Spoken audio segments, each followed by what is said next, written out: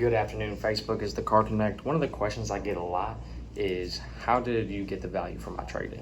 And what we do is we use a simple guide, and it's by Kelly Blue Book. And what we do is there's some factors that go into it. So the white zone is something that's not really going to help your car, but it doesn't really affect it too much. So if it's a retiring model year, like if it's an older vehicle, something that's not still in production, the competitive market for it. So if it's not something that is too outlooked for, like if it's not a vehicle that not everybody wants, that's going to affect the value of it. If there's too much of it, like not many people are buying it, then it's going to lower the value for your vehicle. And if it's an unpopular color, like there's a big stigma against the color red. Red thing gets like the hit me red. So that's the thing that's going to make it to where your value might drop actually a little bit. And then there's the green zone.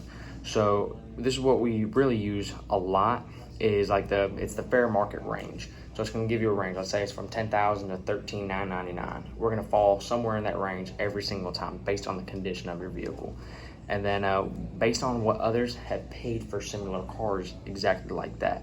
So if you have a car before reconditioning and all that, that's another thing that we're going to get, is just based on what other people have paid for it. And then, the condition of the market for that vehicle. If it's going up, well, then the market's obviously going to be higher and better for it. And then the red zone, things are going to really kind of waver a little bit. And one of the big things on it is seasonality. In Arkansas, we buy a lot of trucks because a lot have farmers, people are hauling, equipment, cattle, hay, whatever it may be. But let's say we're in Florida, trucks aren't a really big season because you don't need it, doesn't snow there. All-wheel drive vehicles, it really doesn't snow, but since we're in the Midwest, we get all 4 seasons in a week. So trucks, all-wheel drive vehicles, all of those are actually going to raise the value of your vehicle tremendously. So I have the little sheet right here, you can look at it. This is kind of just the little 3 boxes that we do use. We also take obviously the mileage, the year, the condition of the vehicle. We want to make sure that we're always fair on the pricing.